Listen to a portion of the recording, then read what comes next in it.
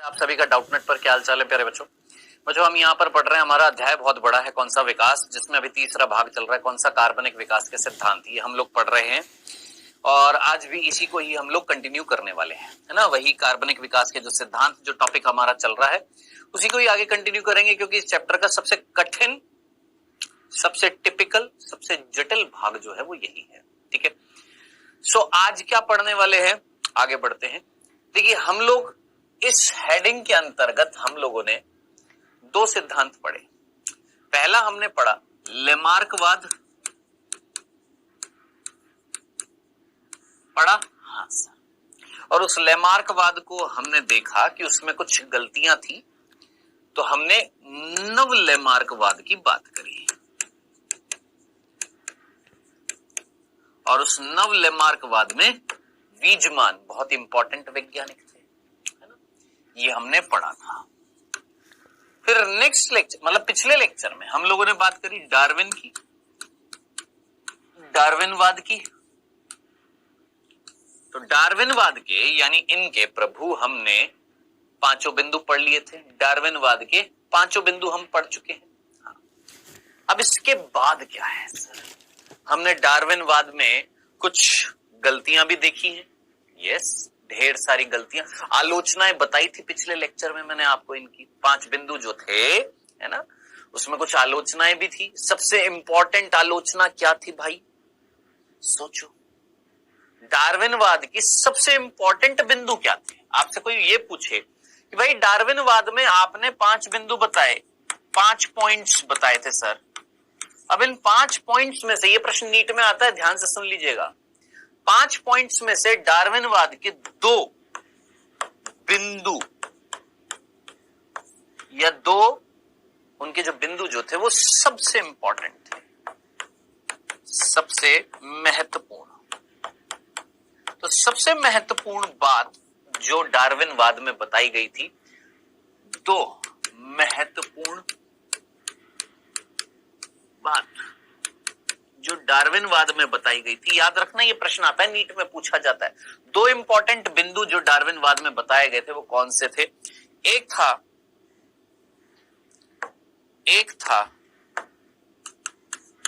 सोचिए, दिमाग लगाइए, कहीं उत्तर जीविता के लिए संघर्ष था।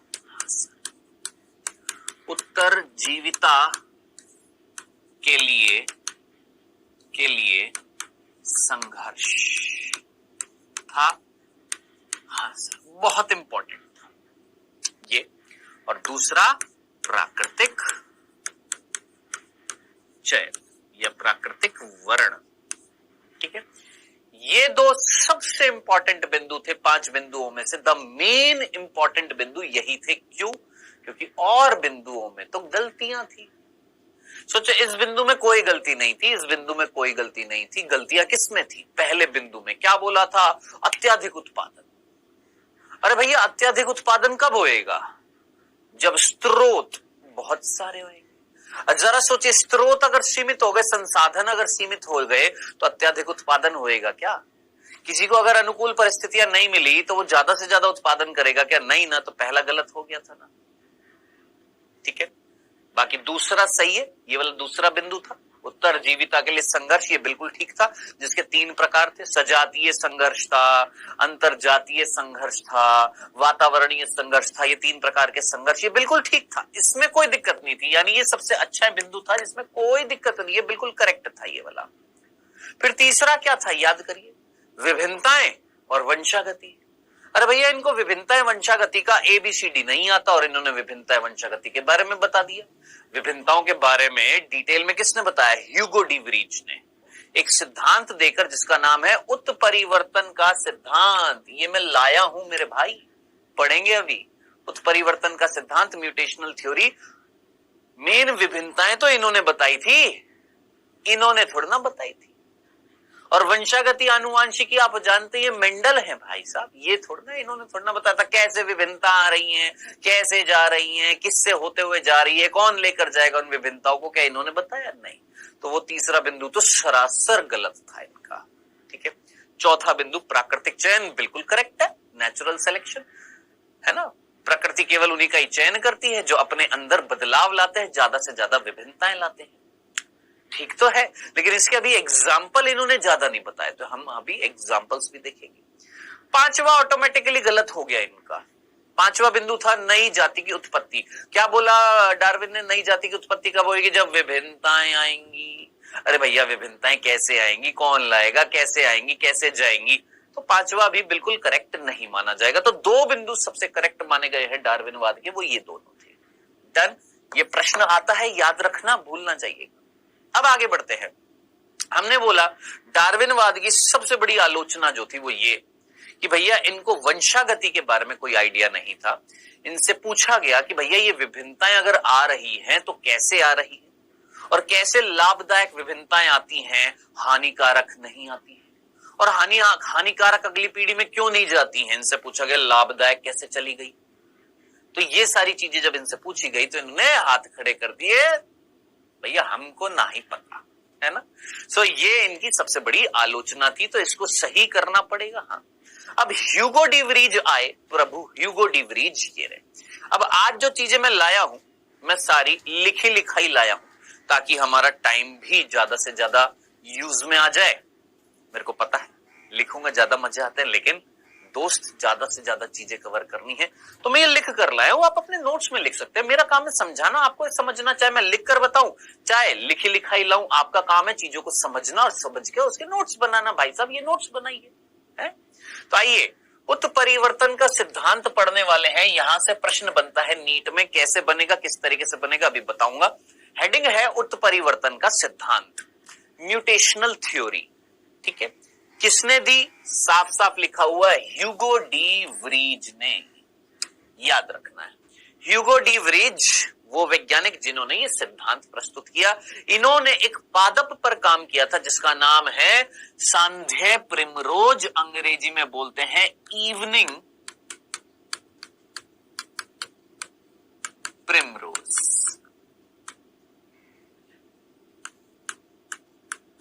इवनिंग प्रिमरोज ये अंग्रेजी में बोलते हैं, हिंदी में बोलते हैं सांध्य प्रिमरोज। मतलब क्या होता है? एक ऐसा पादप जिसके फूल जो है वो मुख्य रूप से शाम को संध्या के समय खिलते हैं, इवनिंग प्रिमरोज बोला जाता है। वैज्ञानिक नाम है ओइनोथीरा लेमार्कियाना। ओइनोथीरा लेमार्कियाना नाम याद हो जाए तो ठीक है, ना याद हो तो टेंशन मत लेना, ये याद रख लेना, सांध्य प्रिमरोज, इवनिंग प्रिमरोज। इस पर काम किया ह्यूगो डी वरीज ने, ये पादप है, इस पर काम किया और एक्सपेरिमेंट करने के बाद में इस पादप पर प्रयोग करने के आधार पर उन्होंने ये सिद्धांत प्रस्तुत किया, प्रतिपादित किया। क्या ये पहला बिंदु आपको सीधा सीधा समझ में आया? क्या एक सिद्धांत है जिसका नाम है उत्परिवर्तन का सिद्धांत, जो ह्यूगो डी वरीज ने दिया। किस पर काम किया था? एक पादप पर जो शाम के समय पर खिलता है, इसलिए नाम क्या पड़ गया? सांध्य प्रिमरोज। वैसे वैज्ञानिक नाम है ओइनोथीरा लेमार्कियाना। डन। चल अब क्या है इस सिद्धांत? भाई साहब मेन तो चीज वही है ना कि सिद्धांत में ह्यूगो डी वरीज ने क्या बताया? ऑब्वियस सी बात है, क्या क्या चीज बताई? म्यूटेशन के बारे में बताया। नाम में क्या आ रहा है? उत्परिवर्तन का सिद्धांत, यानी इन्होंने किसके बारे में बताया? उत्परिवर्तन। देखिए क्या लिखा हुआ है। इन्होंने बताया दूसरा बिंदु, जीव संख्या में अचानक होने वाले बड़े परिवर्तन, छोटे नहीं बड़े परिवर्तन को उत्परिवर्तन कहते हैं। बड़े परिवर्तन सर समझ नहीं आया। मैंने कहा जस्ट इमेजिन एक राज्य है, कौन सा? राजस्थान। उस राजस्थान में एक जिला है जयपुर। मैं जयपुर में पला बड़ा हूं तो मैं जयपुर का नाम ले लेता हूं। राजस्थान में एक जिला है जिसका नाम है जयपुर। ठीक है, जयपुर में ध्यान से सुनना, जयपुर में जितने भी मनुष्य थे सभी मनुष्यों के दो हाथ थे दो पैर हैं, हाँ ठीक है, दो आंखें हैं, हाँ सर ठीक है, और और मतलब आप जानते हैं हमारे 2 हाथ है, 2 पैर है, 2 आंखें हैं, 2 कान है, लो जी, ठीक है सर, नॉर्मल सी बात है। आंखों का रंग जो है 90% रंग जो है लोगों का, जो जयपुर में रह रहे हैं, जयपुर में जो मनुष्य रह रहे हैं, उनके अंदर ये सारी आकृतियां मिल रही हैं, जिसमें जो आंखें जो मिल रही हैं 90% लोगों पर रिसर्च की गई और पता लगाया 90% लोगों की आंखों का रंग जो था वो काला था, ठीक है। 5% का भूरा था, ठीक है, और 3% जो थे वो नीले हो गया, और 2% जो थे वो हरे रंग के थे। चलो जी सर, ऐसे रंग होते हैं जी, नीले भी होते हैं, हरे भी होते हैं, भूरे भी होते हैं, और भी रंग होते हैं, ठीक है।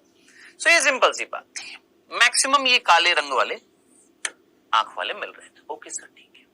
अब मैंने बोला अचानक से कुछ परिवर्तन ऐसे आए, अचानक से कुछ परिवर्तन ऐसे आए कि मनुष्य जो जयपुर में रह रहे थे उनके अंदर परिवर्तन आए, ठीक है। क्या परिवर्तन आए सर? 50% की आंखों का रंग काला रह गया, 30% का भूरा हो गया, 15% का नीला हो गया, 15% का नीला हो गया, और 5% का हरा हो गया, ठीक है। कोई तकलीफ, वेरिएशन दिख रहा? तुमको चेंज नहीं आता? वो दिखाई दे रहा। पहले 90% की आंखों का रंग काला था, 50% की आंखों का रंग काला रह गया। पहले 5% भूरे थे, अब 30% भूरे हैं। पहले 3% नीले थे, अब 15% नीले हैं। पहले 2% हरे थे, अब 5% हरे हैं। कोई तकलीफ समझ में आई? क्या आपको ये परिवर्तन आता हुआ दिखाई दे रहा है? हाँ सर। अब एक ये तो पहला परिवर्तन। अब मैं कह रहा हूं एक और परिवर्तन हमने देखा। क्या परिवर्तन देखा? कि भैया कुछ ऐसे मनुष्य थे, कुछ मनुष्य ऐसे थे, कुछ मनुष्य ऐसे थे जिनमें 3 आंखें मिल रही थी। अरे सर ऐसे थोड़ा ना होता है। मैंने कहा जस्ट इमेजिन, नहीं होता, मैं जस्ट समझाने की कोशिश कर रहा हूं। कुछ ऐसे मनुष्य भी मिले हमें जिनमें परिवर्तन कुछ ऐसे हुए कि उनके अंदर 2 की जगह 3 आंखें मिल रही थी। अब आप मुझे बताएं, ये जो 2 परिवर्तन आपने देखे, पहला परिवर्तन, दूसरा परिवर्तन, इनमें से कौन से बड़े परिवर्तन आपको दिखाई दे रहे हैं? क्या ये बहुत बड़े परिवर्तन है कि ये बहुत बड़ा परिवर्तन है? भाई साहब, सारे के सारे मनुष्यों की 2 ही आंखें हैं जिनमें आंखों का रंग पहले ये था, 10 साल बाद ऐसे मिल रहे, 50 साल बाद ऐसे मिले। तो अब आप मुझे बताएं कौन सा परिवर्तन आपको भयानक, कौन सा परिवर्तन आपको बड़ा दिखाई दे रहा है? सर ये वाला। ये तो नॉर्मल परिवर्तन है, आंखों का रंग ही तो बदला है तो अभी भी 2 ही आंखें, है ना? समझ में आया? तो अब आप मुझे बताएं, इस एग्जाम्पल को सुनने के बाद में ये जो वर्ड जो था यहां पर जो लिखा हुआ था कि भैया अगर जीवों में अचानक से परिवर्तन होते हैं और वो परिवर्तन बड़े परिवर्तन होते हैं, छोटे नहीं, ये परिवर्तन छोटे हैं, सिर्फ आंखों का रंग ही तो बदल रहा है। रंग पहले भी था, अभी भी है, बस रंग बदला है। लेकिन आंखों की संख्या ही बदल दी भाई साहब, तुमने 2 से 3 कर दी है। हाथों की संख्या बदल दी, 2 से मान लो 4 कर दिए हैं। तो ये बड़े परिवर्तन कहलाएंगे कि नहीं कहलाएंगे? ऐसे बड़े परिवर्तनों को हम क्या बोलते हैं? उत्परिवर्तन कहते हैं। ये ह्यूगो डी वरीज ने बताया कि उत्परिवर्तन का मतलब सिर्फ ये नहीं है कि अचानक से चेंज, ना ना ना, ना। उत्परिवर्तन का मतलब है वो अचानक से चेंज जो बड़े होंगे, बड़े लेवल पर होंगे, ज्यादा से ज्यादा संरचनाएं जो होंगी बिल्कुल चेंज हो जाएंगी। ऐसे परिवर्तनों को हम क्या बोलते हैं? उत्परिवर्तन। और ये परिवर्तन किस में आते हैं ये आप अच्छे तरीके से जानते हैं। जो आनुवांशिक पदार्थ जो होता है जिसको हम डीएनए बोलते हैं, और ये डीएनए वंशानुगति दर्शाता है, अगली पीढ़ी में जाता है। क्लियर? इतनी सी बात समझ में आई? फिर से बताऊं, देखो ये थ्योरी किसने दी? ह्यूगो डी वरीज ने। काम इस पर किया इवनिंग प्रिमरोज पर, संध्या प्रिमरोज पर कार्य किया। उन्होंने बताया कि भैया मैं जब कार्य कर रहा था तो मैंने इस पेड़ में देखा कि अचानक से क्या आ रहे हैं इस पेड़ पर। जब मैं कार्य कर रहा था उसने बताया कि भैया कुछ ऐसे परिवर्तन होते हैं जो बड़े स्तर पर होते हैं। ऐसे बड़े परिवर्तनों को हम क्या बोलते हैं? म्यूटेशन बोलते हैं, उत्परिवर्तन बोलते हैं। और ये किस में आते हैं? डीएनए में आते हैं। एक आपका अनुवांशिक पदार्थ कौन? डीएनए, इसमें आते हैं जो वंशानुगति दर्शाता है। ओके, अब नेक्स्ट, पुनर्योजन के अलावा उत्परिवर्तन ही वह दूसरी घटना है जो डीएनए में विभिन्नता ला सकती है। अब ये क्या मतलब है? भाई साहब आपने मेंडलवाद पूरा का पूरा पढ़ लिया है, वहां पर आपने पुनर्योजन पढ़ा था, याद करो। रिकॉम्बिनेशन याद आ रहा है? याद करिए। लिंकेज पढ़ा था, सहलग्नता पढ़ी थी, मॉर्गन नाम याद आ रहा है? अरे मेंडल याद आ रहा है? अरे मेंडल का द्विसंकर क्रॉस याद आ रहा है? मेंडल के द्विसंकर क्रॉस में जो उसने जनक लिए थे याद आ रहे? गोल लिया था, पीला लिया था, हरा लिया था, झुर्रीदार लिया था। पहली पीढ़ी जो थी वो जनकों के जैसी थी, लेकिन दूसरी संतानीय पीढ़ी में, F2 पीढ़ी में कुछ नए लक्षण आए थे। हाँ, वो नए लक्षण किस विधि से आए थे? पुनर्योजन, रिकॉम्बिनेशन। याद आ रहा है कि भूल गए हैं? याद आ रहा है? याद आ गया? याद आ गया भाई। गोल पीले हरे झुर्रीदार, 9 गोल पीले, 1 हरा झुर्रीदार, ये तो जनक वाले लक्षण थे। गोल हरा झुर्रीदार पीला, ये नए लक्षण थे। 3-3 याद आ रहा है? 9:3:3:1, जिसमें 3:3 जो थे वो नए लक्षण थे। पुनर्योजित लक्षण बोला था। ये नए लक्षण जो थे ये चेंज थे कि नहीं थे? परिवर्तन थे कि नहीं थे? और ये परिवर्तन पुनर्योजन के कारण ही तो हुआ था, रिकॉम्बिनेशन के कारण ही तो हुआ था। याद आ रहा है? अरे भूले तो नहीं है? तो ह्यूगो डी वरीज ने बोला देखो परिवर्तन जो है इस विधि से भी आते हैं, पुनर्योजन विधि से भी परिवर्तन आते हैं, नए लक्षण आते हैं। लेकिन बड़े स्तर पर अगर परिवर्तन हो रहा है तो वो क्या कहलाता है? उत्परिवर्तन कहलाता है। डन। चलो नेक्स्ट, उत्परिवर्तन विभिन्नताओं के असतत स्रोत हैं तथा उद्विकास का कच्चा माल है। मतलब अगर आपको विकास करना है, आपको इवोल्यूशन करना है, तो मेन चीज क्या है? विभिन्नताएं लाना। और वो विभिन्नताएं छोटे स्तर पर होनी चाहिए कि बड़े स्तर पर? बड़े स्तर पर, जिनको उन्होंने बोला उत्परिवर्तन जो है यही रिस्पॉन्सिबल होंगे किसके लिए? विकास के लिए। ठीक है जनाब, आगे बढ़ते हैं। ह्यूगो डी वरीज का मत था कि ये बड़े उत्परिवर्तन ही विकास के कारण है। ये जो बड़े उत्परिवर्तन है यही रिस्पॉन्सिबल है किसके लिए? विकास के लिए, ना कि डार्विन द्वारा बताई गई छोटी छोटी विभिन्नताएं। देखो डार्विन ने क्या बोला कि भैया छोटी छोटी विभिन्नताएं आ रही हैं। डार्विन ने अपने जो 5 बिंदु थे उसमें तीसरे बिंदु में बताया कि विभिन्नताएं आती हैं। कुछ विभिन्नताएं लाभदायक होती है, कुछ हानिकारक होती है, और ये विभिन्नताएं छोटी छोटी विभिन्नताएं आ रही है। ऐसा डार्विन ने बोला। ये जो विभिन्नताएं आती है छोटी छोटी होती हैं, कुछ लाभदायक होती हैं, कुछ हानिकारक होती है, जिसमें से लाभदायक अगली पीढ़ी में जाती है। ये डार्विन ने बोला। लेकिन ह्यूगो डी वरीज बोले नहीं भाई, छोटी छोटी विभिन्नताओं से विकास नहीं होएगा। ना ना ना ना ना, तुम आंखों में रंग का बदलाव कर दो, क्या नया जीव बन जाएगा? एक नई जाति बन जाएगी क्या? जरा सोच। मनुष्य जिसके 2 हाथ, 2 पैर, 2 आंख, 2 कान थे, आंखों का रंग पहले ये मिल रहा था, 10 साल बाद ये मिल रहा है, मनुष्य तो मनुष्य ही रहा ना। लेकिन भाई साहब 50 साल बाद कहीं ना कहीं ऐसा परिवर्तन आया कि आंखें 3 हो गई हैं। जरा सोचिए, यहां पर भी मनुष्य थे, ये भी मनुष्य हैं, लेकिन ये अब मनुष्य कहलाएंगे। एक नई जाति नहीं बन गई है? नई जाति नहीं बन गई है? बन गई है ना। तो आपको क्या लाना पड़ेगा? बड़ा परिवर्तन लाना पड़ेगा, ना कि ये जो छोटे छोटे परिवर्तन है इनसे विकास नहीं होएगा। विकास का मतलब ही क्या है? नई जाति का निर्माण अगर करना है ना, तो आपको बड़े परिवर्तन लाने पड़ेंगे, छोटे परिवर्तन नहीं लाएंगे। मतलब छोटे परिवर्तनों से विकास संभव नहीं है। जो डार्विन ने बोला छोटी छोटी विभिन्नताएं लाओ, नहीं कह रहा है, नहीं भाई साहब, बड़ी बड़ी चेंजेस लाओ। और उन बड़े बड़े चेंजेस को क्या बोल रहे हैं? उत्परिवर्तन। ठीक है जी, आगे बढ़ते हैं। प्रश्न मैंने आपसे कहा था, प्रश्न जो नीट में पूछा जाता है वो है ये। ह्यूगो डी वरीज ने बताया कि उत्परिवर्तन, 2 वर्ड याद रखना, उत्परिवर्तन यादृच्छिक और अदिशात्मक होते हैं। भाई साहब इसके ऊपर जितने सितारे आपने लगाने हैं लगा लीजिए। क्योंकि ये बिंदु से जब आप प्रीवियस ईयर के क्वेश्चन देखेंगे आपको पता लग जाएगा इस बिंदु से न जाने कितनी बार प्रश्न आए हैं आपके। जी,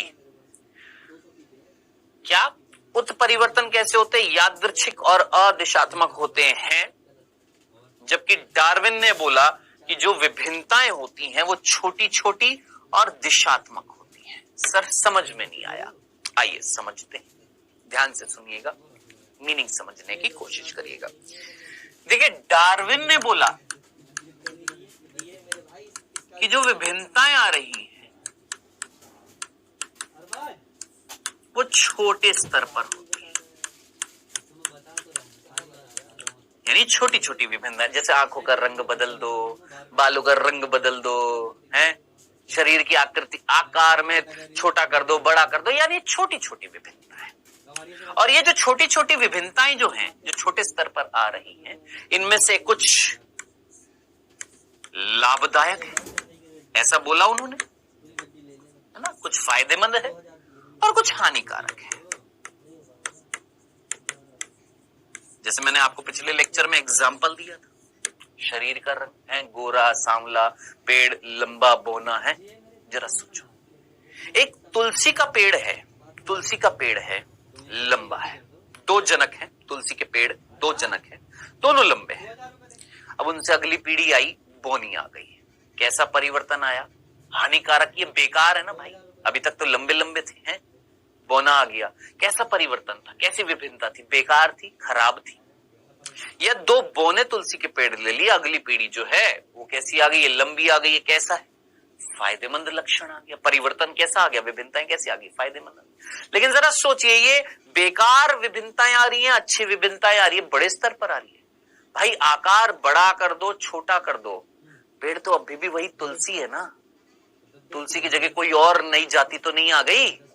परिवर्तन कैसे है? छोटे स्तर पर है ना। तो डार्विन ने बोला परिवर्तन जो होंगे वो कैसे हैं? छोटे स्तर पर आ रहे हैं, और इनमें से जो पर्टिकुलरली जो लाभदायक है वो वंशागति दर्शा रहे हैं, यानी एक निश्चित दिशा में परिवर्तन हो रहा है। सोचो क्या बोल रहे हैं, इनमें से ये वाले जा रहे हैं, ये नहीं जा रहे, यानी वो ये भी बोल रहे हैं कि एक निश्चित दिशा में जा रहे हैं परिवर्तन, एक निश्चित दिशा में ये विभिन्नताएं जा रही हैं। किसमें? अगली पीढ़ी में सिर्फ वही जाएंगी जो लाभदायक होंगी, यानी दिशात्मक हो गया।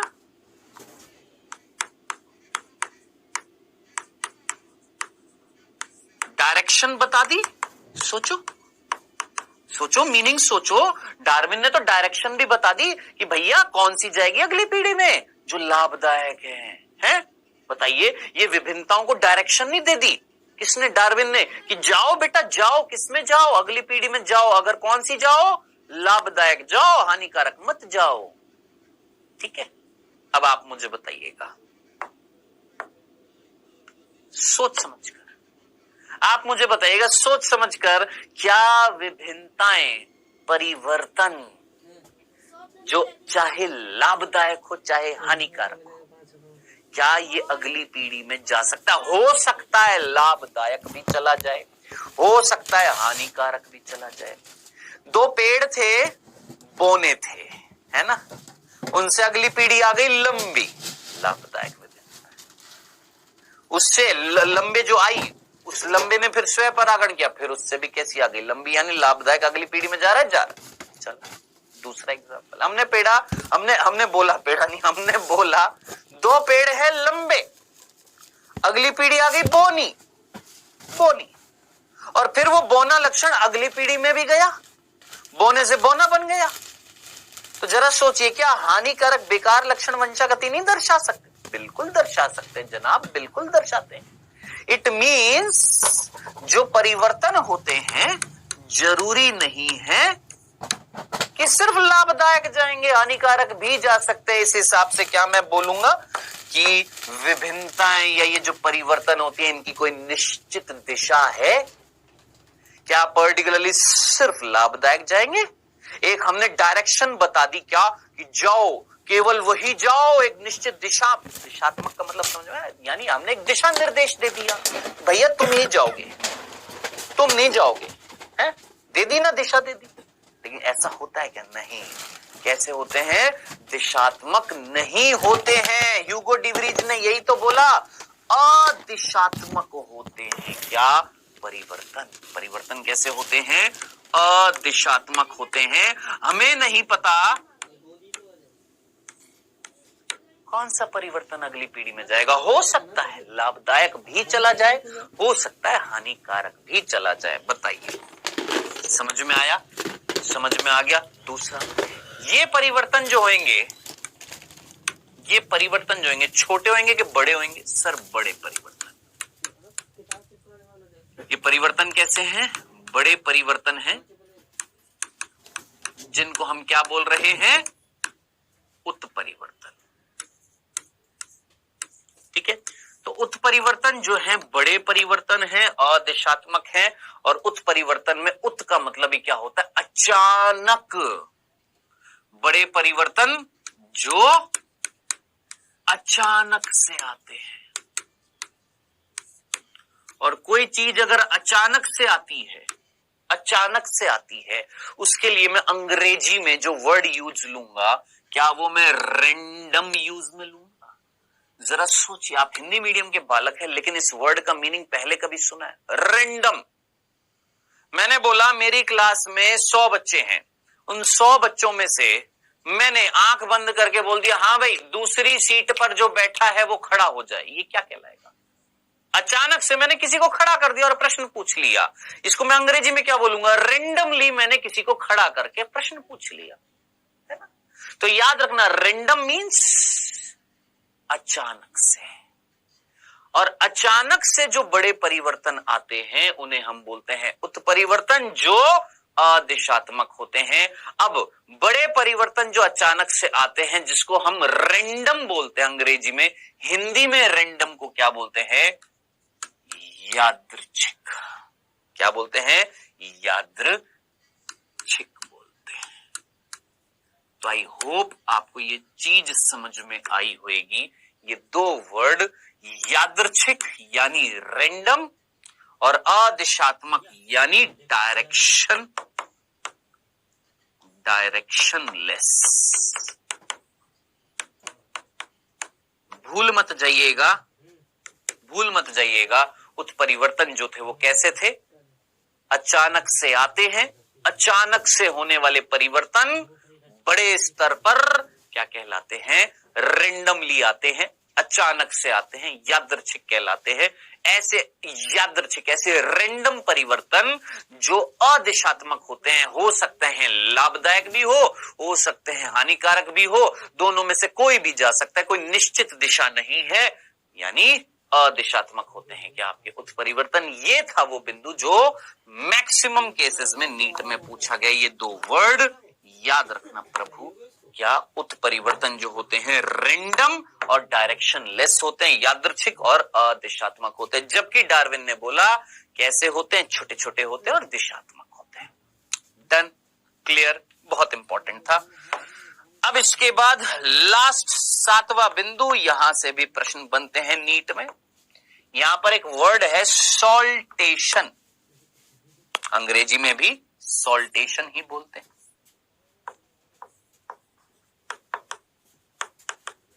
नीचे लिख दूं? जगह है, वैसे लिखा नहीं जा रहा है, मेरा पेन थोड़ा बड़ा है। सॉल्टेशन हिंदी में भी क्या बोला है? सॉल्टेशन। अब कहा है भैया ये सॉल्टेशन? जरा ब्रैकेट में देख क्या लिखा हुआ है? विशाल उत्परिवर्तन का बड़ा कदम। पूरी लाइन पढ़ते हैं। डार्विन के लिए विकास एक धीमी क्रमबद्ध प्रक्रिया है। डार्विन ने बोला कि जो विकास जो हो रहा है वो एकदम से नहीं हो रहा, धीरे धीरे हो रहा है। ओके, एक क्रम में हो रहा है, बात तो सही है। लेकिन ह्यूगो डिवरीज बोलते हैं कि अगर नई जाति लानी है, नई स्पीशीज लानी है, तो आप धीरे धीरे परिवर्तन कराकर नई जाति नहीं ला सकते हो। आपको अचानक से एक बड़ा चेंज लाना पड़ेगा, तभी नई जाति आएगी। आई बात पल्ले पड़ी समझ में? क्या? फिर से सुन। डार्विन ने बोला कि भैया जो विकास जब हो रहा है ना, तो ऐसा नहीं है एकदम से बड़ा सा कुछ चेंज आ गया, नहीं, धीरे धीरे, स्टेप बाय स्टेप, एक क्रम में धीरे धीरे धीरे धीरे धीरे धीरे चेंज आ रहा है। पहले आंखों के रंग में चेंज आया, फिर कलर में चेंज आया, फिर कान में चेंज आया, फिर बालों में चेंज आया। ऐसे धीरे धीरे धीरे धीरे धीरे धीरे करके क्या आ रहे हैं, धीरे धीरे चेंजेस आ रहे हैं, जिससे बहुत लंबे समय के बाद में एक नई जाति आएगी, ऐसा डार्विन ने कहा। लेकिन ह्यूगो डी वरीज बोल रहे नहीं बाबू, ऐसा नहीं है। अगर आपको विकास करना है तो आपको अगर नई जाति लानी है तो धीरे धीरे से काम नहीं चलेगा, आपको एक अचानक से बड़ा चेंज लाना पड़ेगा, और ऐसा चेंज जो बड़े स्तर पर हो, जिससे एक नई जाति की उत्पत्ति हो जाए। ये जो बड़े स्तर पर जो परिवर्तन आप लेकर आओगे, यही क्या कहलाएगा, सॉल्टेशन कहलाएगा। क्या कहलाएगा, सॉल्टेशन कहलाएगा। विशाल उत्परिवर्तन का जो बड़ा कदम होएगा ना, उसी को ही हमने क्या बोला है, सॉल्टेशन। आया मीनिंग समझ में, सॉल्टेशन। अब पढ़, डार्विन के लिए विकास एक धीमी क्रमबद्ध प्रक्रिया, जबकि ह्यूगो डी वरीज के अनुसार उत्परिवर्तन ही प्रजाति की उत्पत्ति का कारण है। ह्यूगो डी वरीज बोल रहे नहीं भैया, धीरे धीरे नहीं होएगा, बड़ा बड़ा परिवर्तन करो, नई नई जातियां आएंगी। यानी नई जाति की अगर उत्पत्ति करनी है, नई स्पीशीज अगर लानी है, तो आपको बड़े परिवर्तन करने पड़ेंगे, और उन बड़े परिवर्तनों का जो कदम जो उठाया जाएगा, उसे हम बोलेंगे सॉल्टेशन। यानी सॉल्टेशन होगा, ह्यूगो डी वरीज बोल रहे सॉल्टेशन होगा, बड़े परिवर्तन आएंगे, तो ही क्या होएगा, नई जाति आएगी। डार्विन बोल रहे नहीं, धीरे धीरे परिवर्तन आएंगे। ह्यूगो डी वरीज बोल रहे नहीं, धीरे धीरे नहीं आएंगे, बड़े बड़े परिवर्तन आएंगे, बड़े स्तर पर आएंगे तो नई जाति आएगी। बड़े परिवर्तन जब आते हैं तो इस प्रक्रिया को हम बोलते हैं सॉल्टेशन। ये था उत्परिवर्तन का सिद्धांत। आई होप इन सारे बिंदुओं को अगर आप ध्यान से पढ़ेंगे, आपके 4 नंबर पक्के हैं नीट के एग्जाम में, क्योंकि यहां से प्रश्न बनता है दोस्त नीट के एग्जाम में। चलिए जी, यहां तक कोई तकलीफ? चले आगे बढ़ते हैं। अब इसके बाद हम जो पढ़ने वाले हैं, वो पढ़ने वाले हैं नव डार्विनवाद। क्या? नव डार्विनवाद। देखो, डार्विन ने अपना वाद दे दिया, यानी डार्विन ने अपना सिद्धांत दे दिया, ठीक है। फिर ह्यूगो डी वरीज ने भी अपना सिद्धांत दे दिया, ठीक है। अब इसके बाद क्या आया? नव डार्विनवाद आया, यानी कार्बनिक विकास का आधुनिक सिद्धांत आया। क्या पढ़ रहे हो भाई साहब? विकास चैप्टर का भूल जाते हैं, क्या पढ़ रहे हैं? विकास चैप्टर का तीसरा भाग है क्या? कार्बनिक विकास के सिद्धांत, है ना, जिसमें लेमार्कवाद आया, जी आया, उसमें चेंजेस किए, नव लेमार्कवाद आया। फिर क्या आया? डार्विनवाद आया, हाँ। फिर आपका ह्यूगो डी वरीज का उत्परिवर्तन सिद्धांत आया, हाँ।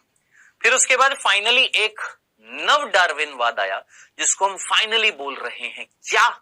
एक ऐसा सिद्धांत जो कार्बनिक विकास का सबसे आधुनिक सिद्धांत है। यानी अब तक इससे पहले जो लेमार्कवाद था, नव लेमार्कवाद था, डार्विनवाद था, ह्यूगो डी वरीज की उत्परिवर्तन सिद्धांत है, ये सारी चीजों का गठजोड़ करके, सारी चीजों का गठजोड़ करके हमने एक सिद्धांत दे डाला, मुंह पर फेंक कर मारा सभी लोगों पर। लो भैया, यही है फाइनल आपका आधुनिक सिद्धांत। किसका? कार्बनिक विकास का। ये सबसे एक्सेप्टेबल, सबसे ज्यादा एक्सेप्ट किया हुआ सिद्धांत है। सर किसने दिया? कौन था जिसने ये दिया? बेटा अब इस सिद्धांत में जरा खुद पढ़ लीजिए कितने सारे वैज्ञानिक शामिल हैं, जरा देखिए। नव डार्विनवाद में डार्विनवाद का ही रूपांतरण किया गया, यानी जो डार्विन ने चीजें दी थी उसी में कुछ कुछ चेंजेस किए गए। जैसे उन्होंने विभिन्नता और आनुवांशिकता के बारे में नहीं पता था, तो लाओ जी ह्यूगो डी वरीज को ले आओ, है जी, वीजमान को ले आओ, मेंडल को ले आओ। लिखा नहीं हुआ यहां पर, मैं लिख देता हूं, मेंडल को ले आओ, स्टेबिंस, डेबोजेनेस्की, सीवर राइट, मेयर, बहुत सारे वैज्ञानिकों के जो चीजें जो सही थी, उन सारी चीजों को मिलाकर उस डार्विनवाद में चेंज लाकर एक ऐसा सिद्धांत दिया गया जिसको हम आज तक एक्सेप्ट करते हैं, मानते हैं, कार्बनिक विकास के उस सिद्धांत को। अब क्या क्या चीजें उस सिद्धांत में बताई गई हैं वो हम पढ़ने वाले हैं। इस सिद्धांत के अनुसार करीबन करीबन कितने बिंदु हैं? 3, एक सेकंड रुक जाइए, 4 और 6, 6 बिंदु हैं बेटा जी आपके इस सिद्धांत में। टोटल कितने बिंदु हैं? 6 पॉइंट्स। इस सिद्धांत में टोटल कितने बिंदु हैं? 6 बिंदु हैं जो हम पढ़ने वाले हैं। सबसे पहले ये जो 3 बिंदु हैं बहुत आसानी से एक झटके में समझ में आ जाएंगे। देखो डार्विनवाद का पहला बिंदु यही था ना, अत्याधिक उत्पादन था कि नहीं था? हाँ सर। लेकिन वो अत्याधिक उत्पादन या तीव्र गुणन जो होएगा आखिर वो कब होएगा? जब संसाधन सीमित होंगे, आवास सीमित होएगा या अपार होएगा। तो इस सिद्धांत में आपने दोनों चीजों को एक साथ लिखा, मतलब पहला और दूसरा बिंदु मिलाकर एक ही बिंदु बन रहा है कि भाई साहब तीव्र गुणन आप करोगे, आप अत्याधिक उत्पादन करोगे, एक जाति जो है ज्यादा से ज्यादा अपने संतति पैदा करेगी। लेकिन प्रभु कब? जब संसाधन कौन? भोजन, उसका आवास कैसे रखोगे? ज्यादा से ज्यादा या बहुत सीमित रखोगे? अगर सीमित रख दिए तो अत्याधिक गुणन नहीं होएगा, और अपार रख दिए तो अत्याधिक गुणन होएगा। भाई आप मेरे को बताइए, एक जंगल के अंदर अगर पेड़ पौधे खत्म होने लग जाएं तो क्या वहां पर शाकाहारी अपना ज्यादा से ज्यादा गुणन कर पाएंगे? लॉजिकली सोचिए, एक जंगल में अगर पादप जो है, पेड़ पौधे जो है, घास फूस जो है धीरे धीरे खत्म हो जाए, यानी भोजन खत्म हो जाए, और वो जो आवास जिसमें वो रह रहे थे शाकाहारी, उनका आवास उजड़ रहा है, तो जरा सोचिए क्या वो अत्याधिक उत्पादन करेंगे? अरे अमेजोन के जंगल याद हैं? अमेजोन के जंगलों में अगर आग लग गई थी तो उस आग के कारण पेड़ पौधे नष्ट हो जाएंगे, तो क्या वहां पर शाकाहारी जो है क्या वो तीव्र गुणन कर पाएंगे? क्या नहीं ना। तो आप तीव्र गुणन कब कराओगे?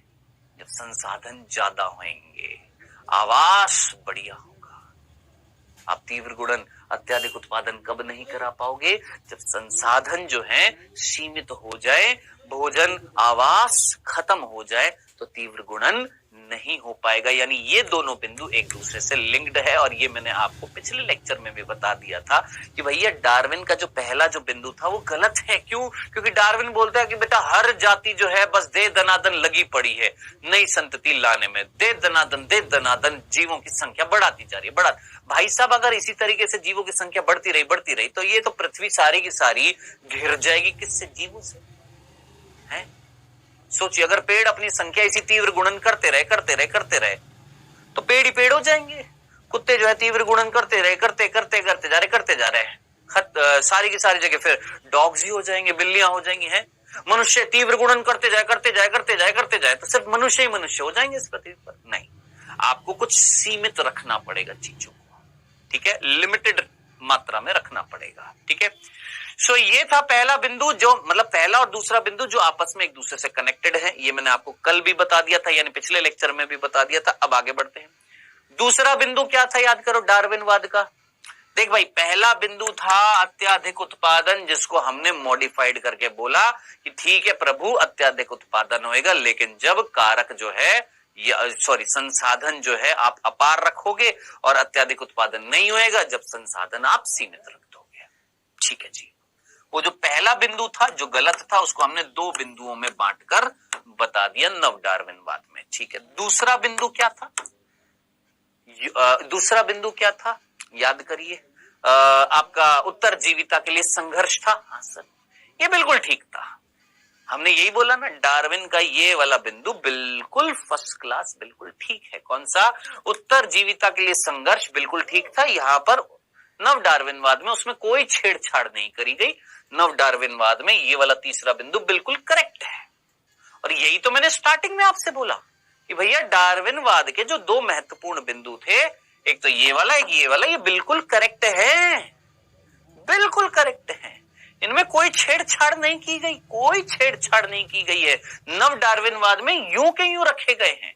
जो गलत था वो पहला था बिंदु, जो हमने देखा कि भैया जो पहला बिंदु जो था जिसमें कुछ गलतियां हुई थी, पहला बिंदु जो था क्या, अत्याधिक उत्पादन, अत्याधिक उत्पादन, ये जो पहला बिंदु तो था इसमें कुछ गलतियां हुई थी। क्या गलती हुई थी? अत्याधिक उत्पादन। डार्विन ने बोला दे दनादन, हर कोई जीव लगा पड़ा है, दे दनादन नहीं नहीं लगा पड़ा है अपनी जाति की संख्या बढ़ाने में, लगा पड़ा बहुत ज्यादा से ज्यादा उत्पादन किए जा रहा। लेकिन नव डार्विनवाद में बोला ठीक है करेगा, लेकिन कब? जब संसाधन अपार होंगे। लेकिन संसाधन हर किसी के लिए अपार नहीं होते हैं, सीमित होते हैं।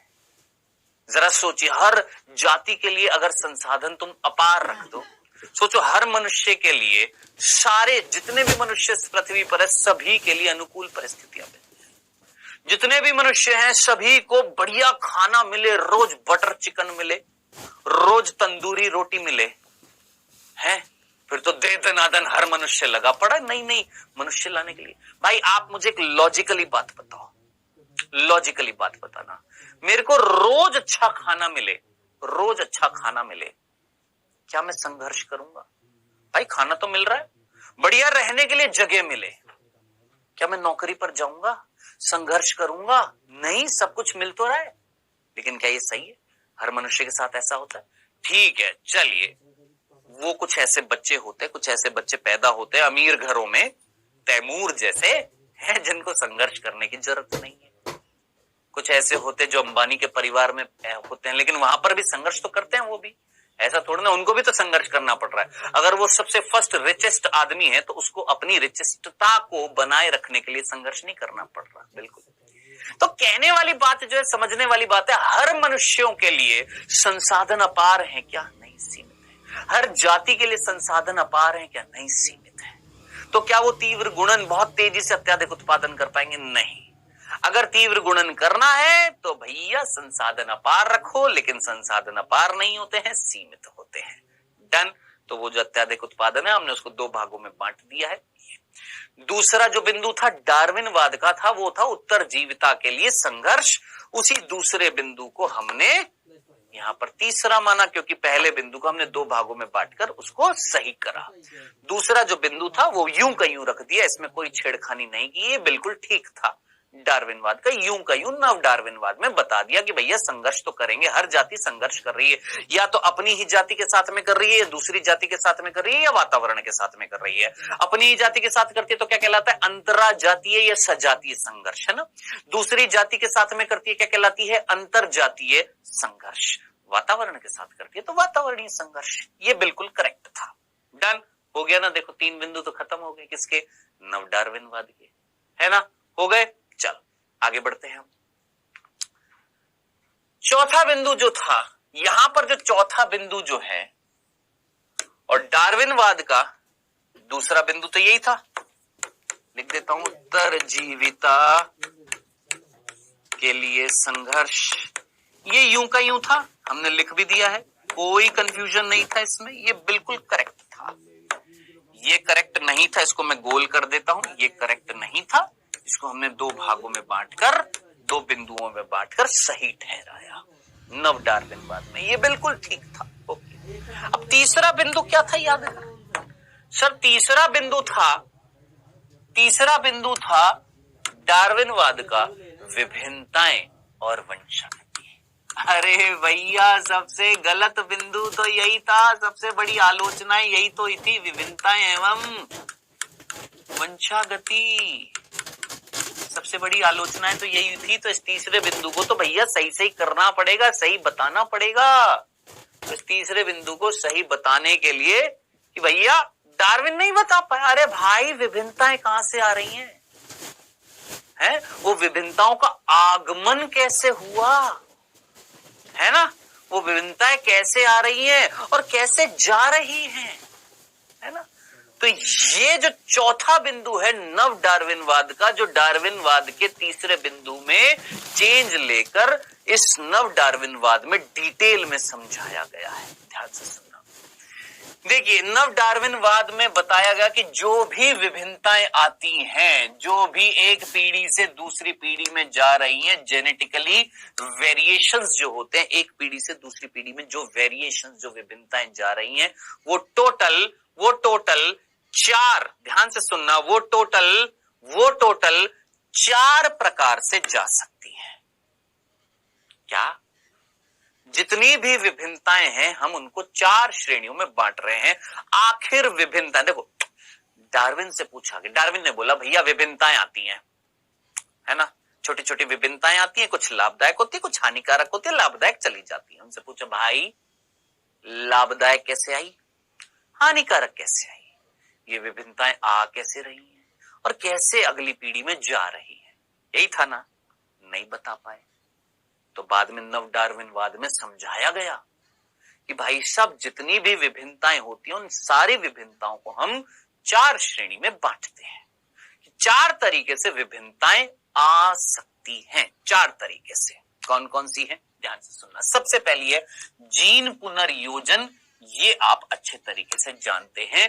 पुनर्योजन याद आ रहा है, जेनेटिक रिकॉम्बिनेशन याद आ रहा है। मेरे मम्मी मेरे पापा से मैं बना हूं, मेरे अंदर उनके कुछ गुण तो है, लेकिन हूबहू मैं उनके जैसा नहीं हूं। क्यों? क्योंकि जब युग्मक का निर्माण हुआ था, सब कुछ पढ़ लिया तुमने यार, याद करो। जब युग्मक का निर्माण हुआ था तो उस टाइम पर ध्यान से सुनो, अर्धसूत्री विभाजन के दौरान कोई जीन विनिमय हुआ था? याद करो। इंडिपेंडेंट असॉर्टमेंट हुआ था, स्वतंत्रता अपव्यूहन हुआ था, नए लक्षण आए थे, जीन दूर दूर थे, एक्सचेंज हो गया था, तो नए प्रकार के लक्षण आएंगे। अरे बुद्धू, इतनी सी ये बात याद रख ले। मेंडल के द्विसंकर क्रॉस में जो जनक लिए थे मेंडल ने, F2 पीढ़ी में सिर्फ वही 2 जनक के लक्षण आए थे कि 2 नए लक्षण आए थे। ये क्या था?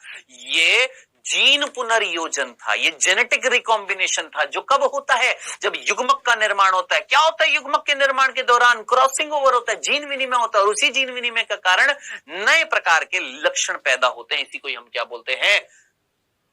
जीन पुनर्योजन। साफ साफ लिखा हुआ है, क्रॉसिंग ओवर जीन विनिमय के कारण होता है। कब? जब युग्मक का निर्माण होता है। ठीक है, तो दिमाग में ये सोच के पढ़, क्या पढ़ रहे हैं इस चौथे बिंदु में जो डार्विन नहीं बता पाया? विभिन्नताएं कैसे आती हैं? डार्विन ने बोला बस विभिन्नताएं आती हैं, छोटी छोटी आती हैं, कुछ अच्छी होती है, कुछ खराब होती है, अच्छी चली जाती है। मैं बार बार इस चीज को रिपीट करता रहूंगा ताकि दिमाग में ठुस जाए ये चीज। डार्विन ने बोला कुछ छोटी छोटी विभिन्नताएं आती, कुछ अच्छी होती, कुछ बेकार होती, अच्छी जो अगली पीढ़ी में चली जाती है। उनसे पूछा गया ये जो छोटी छोटी विभिन्नताएं जो अच्छी हैं, जो बेकार हैं, ये कैसे आ रही हैं? नहीं बता पाए। तो इस नव डार्विनवाद में ये बताया गया विभिन्नताएं 4 तरीके से आती हैं। पहला तरीका हम तुमको बता दिए, क्या? जीन पुनर्योजन से जब युग्मक का निर्माण होता है, जीन विनिमय होता है, नए जीन्स जब एक्सचेंज हो जाते हैं तो नए नए प्रकार के युग्मक बनते हैं, नए नए प्रकार के लक्षण बनते हैं। डन डना डन डन। पहला, विभिन्नताएं ऐसे आती हैं। दूसरा, आप जानते हैं जो ह्यूगो डी वरीज ने बता दिया कि भैया विभिन्नताएं अगर लानी है तो बड़े स्तर पर विभिन्नताएं जो होती है उनको हम क्या बोलते हैं? उत्परिवर्तन। उत्परिवर्तन से भी क्या आ रही है? विभिन्नताएं आ रही है। क्या? उत्परिवर्तन से क्या आई हैं? सर, विभिन्नताएं आ रही हैं। अचानक से जो चेंज हुए हैं उनसे क्या आई हैं? विभिन्नताएं आई हैं। ठीक है, नेक्स्ट, संकरण, हाइब्रिडाइजेशन। जरा दिमाग लगाओ। एक आपने घोड़े और एक गधे के बीच में क्रॉस कराया। एक आपने घोड़ी ले ली और एक आपने गधा ले लिया, क्रॉस कराया, 2 अलग अलग जातियां ले ली। अब ये 2 अलग अलग जातियों से एक नई संतति पैदा हो गई, एक बदलाव, एक चेंज आया, एक नई प्रकार की जाति नहीं आ गई, खच्चर नहीं आ गए। सिमिलरली आपने एक घोड़ा ले लिया, गधी ले ली, इससे क्या आ गई? हिरनी आ गई। आपने एक टाइगर, मेल टाइगर ले लिया, फीमेल लायन ले ली, यानी आपने नर बाघ ले लिया और मादा शेर ले ली है। इससे क्या आएगा? टिगोन आता है। एक आपने नर शेर ले लिया, यानी मेल लायन ले लिया, फीमेल टाइगर ले लिया, नर शेर ले लिया, मादा बाघ ले ली, इससे क्या आया? लाइगर आया। जरा सोचिए, नई नई जातियां आ रही हैं। हाँ सर, कैसे आ रही हैं? दो अलग अलग जातियों के बीच संकरण कराने से। सोचो। हाँ जी, आ रही है कि नहीं आ रही है? यस सर, आ रही है। अरे भैया, थोड़ा सा और कॉमन सेंस लगा लो। देखो, दो अलग अलग जातियों के बीच में संकरण कराने से नई जातियां आ सकती हैं? आ सकती हैं। सर, एक ही जाति की अलग अलग नस्लों के बीच में संकरण कराने से भी तो आ सकती है। जरा सोचिए, आज की डेट में आपने बहुत सारे कुत्तों के नाम सुने होंगे, पोमेरियन, बुलडॉग, एल्सेशियन, है ना, ये नाम सुने ना, पिटबुल, डॉबरमैन, ये नाम सुने? ये सारे हैं तो कुत्ते ना। कैसे आए हैं? अलग अलग कुत्तों के बीच में संकरण कराने से आए। तो नए नए लक्षण आ रहे हैं, परिवर्तन आ रहे हैं, चेंजेस आ रहे हैं। कैसे? संकरण कराने से भाई साहब। डन। अरे भैया, आप हमको ये बताइए, आपने गुलाब कैसे देखे हैं? सर, लाल देखे, और गुलाबी देखे, और सफेद देखे होंगे, यही देखे ना? पीले देख लिए होंगे। अरे हरे देखे हैं क्या तुमने? नहीं सर, बनाए गए हैं। आपने ब्लू कलर के गुलाब के पेड़ देखे? बनाए गए हैं। अब जरा सोचिए, कैसे कराया? संकरण कराकर कराया, एक्सपेरिमेंटेशन किया है। ठीक है जी। तो ये तीन तो हमें समझ में आ जाते हैं। ये तीन ऐसी विधियां हैं जिनसे चेंजेस आ रहे हैं। या तो युग्मक निर्माण में कुछ जीन विनिमय हो गया तो नए युग्मक बनते हैं, नए लक्षण आ जाते हैं। डन। या उत्परिवर्तन से नए लक्षण आ जाते हैं, विभिन्नताएं आ जाती है।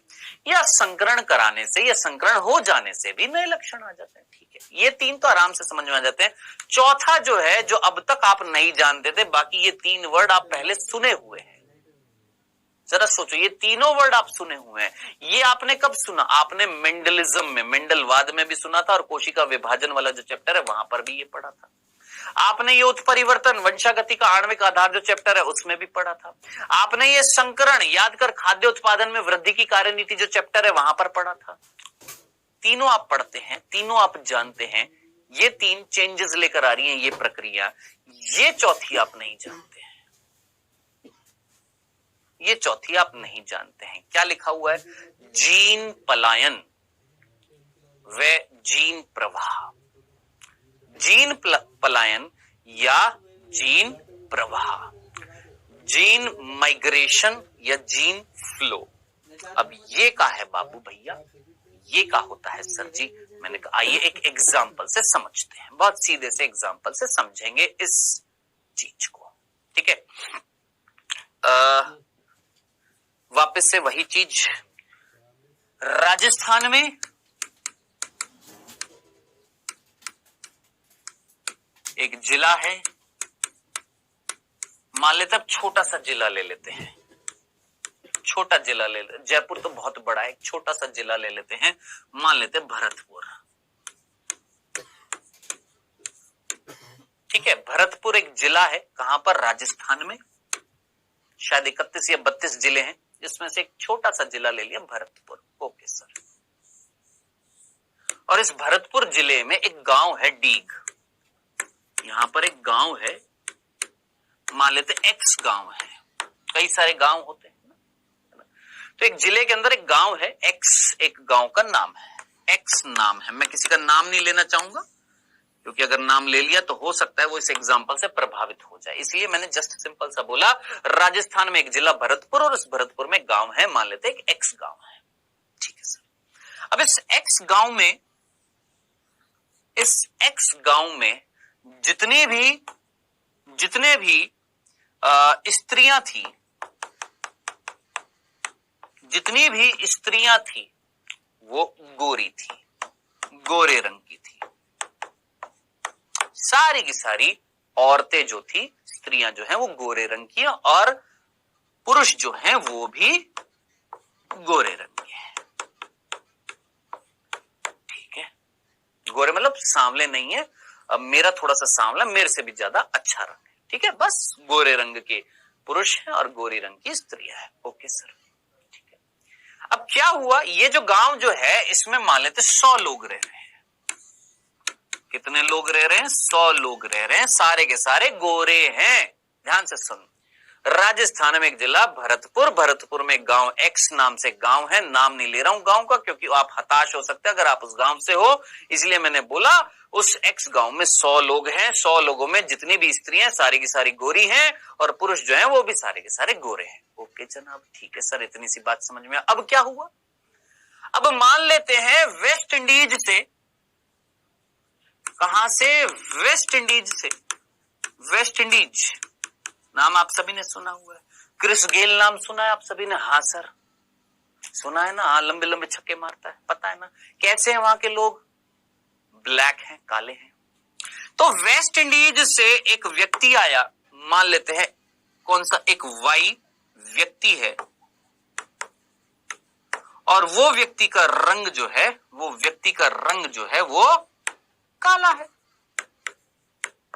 यानी उस व्यक्ति के अंदर जो जीन्स हैं, उस व्यक्ति के अंदर जो जीन मिल रहे हैं वो रिस्पॉन्सिबल है कौन से, काले रंग के लिए। और यहां पर जो लोग जो है गोरे रंग के हैं, क्यों है? क्योंकि उनके अंदर वो जीन है जो गोरा रंग उत्पन्न कर रहा है भाई साहब।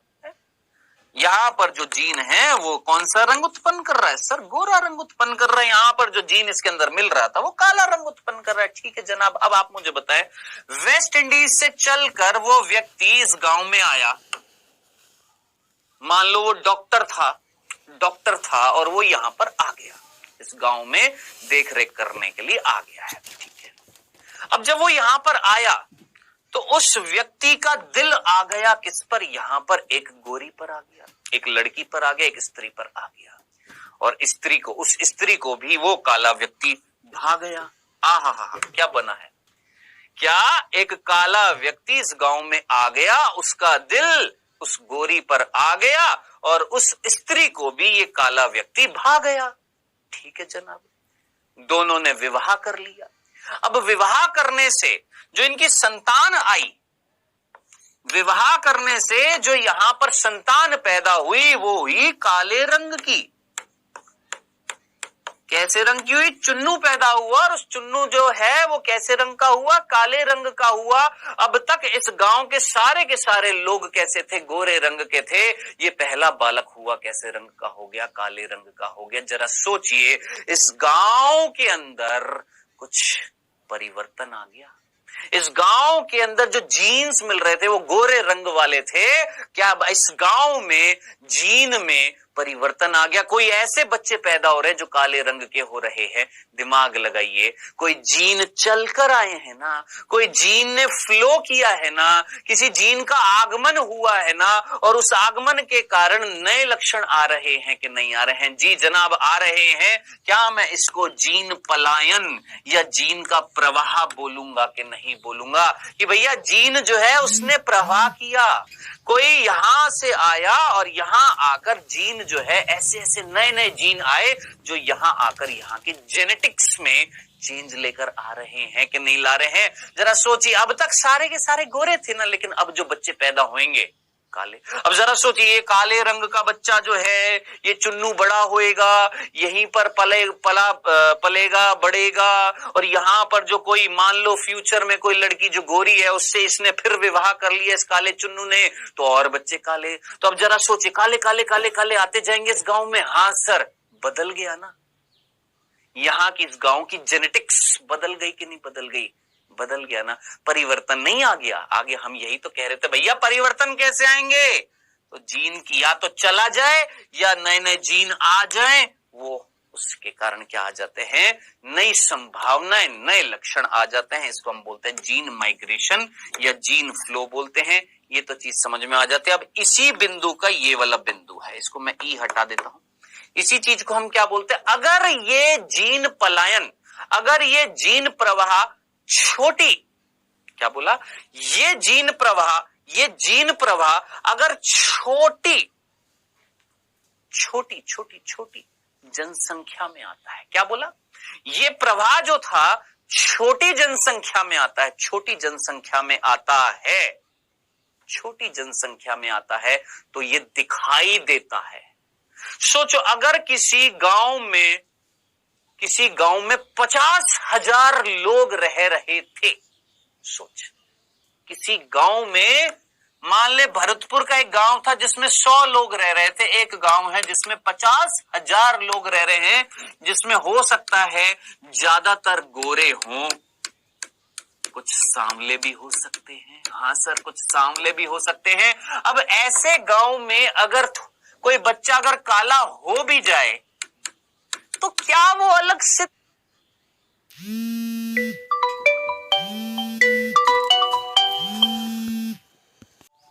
भाई खुद जरा सोचो, एक सिंपल सी बात मैं तुमसे पूछता हूं, 50,000 पतंग उड़ रही हैं, 50,000 पतंग उड़ रही हैं अलग अलग रंगों की, लाल रंग की, नीले रंग की, हरे रंग की, पीले रंग की। अगर इसमें आ जाए, यहां पर पीले रंग की आ जाए, कोई तनिक प्रभाव पड़ेगा? अलग से दिखाई देगी? अरे भैया इतने सारे रंग है, उनमें से एक पीला रंग जो है वो भी उड़ लिए, कोई फर्क पड़ा नहीं।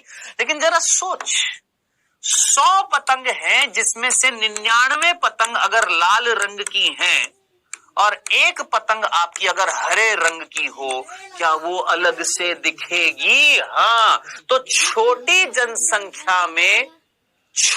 जनसंख्या में अगर जीन प्रवाह होता है, जीन्स में चेंज आता है, लक्षणों में चेंज आता है, तो वो क्या कहलाता है? आपका आनुवांशिक अपवाह, जेनेटिक ड्रिफ्ट, जीन विचलन कहलाता है, जो एक संयोग से आता है, संयोगवश परिवर्तन होता है और ये छोटी जनसंख्या में दिखाई देता है। किस में दिखाई देता है बेटा? ये याद रखना, ये जेनेटिक ड्रिफ्ट जो होती है ये छोटी जनसंख्या में दिखाई देती है, बड़ी में नहीं दिखाई देती है। डन।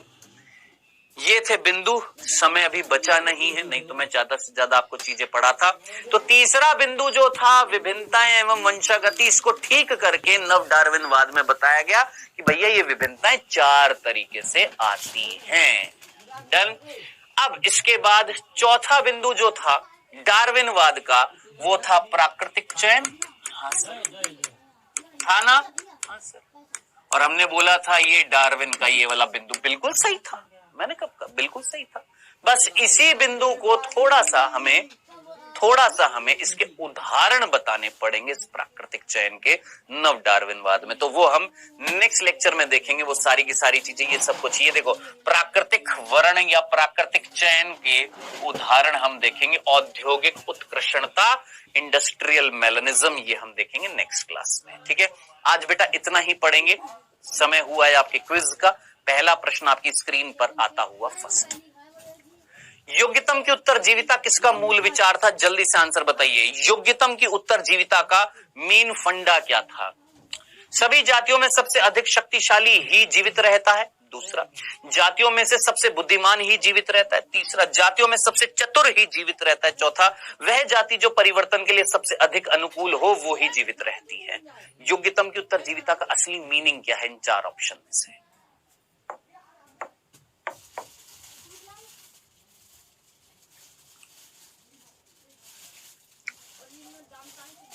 चलो जी, अगला प्रश्न, निम्न में से कौन से 2 मुख्य तथ्य डार्विन के विकास के सिद्धांत थे? 2 मुख्य बिंदु पूछे डार्विन के, आज पूरा दिन यही आपने पढ़े। वो 2 मेन पॉइंट क्या थे डार्विन के?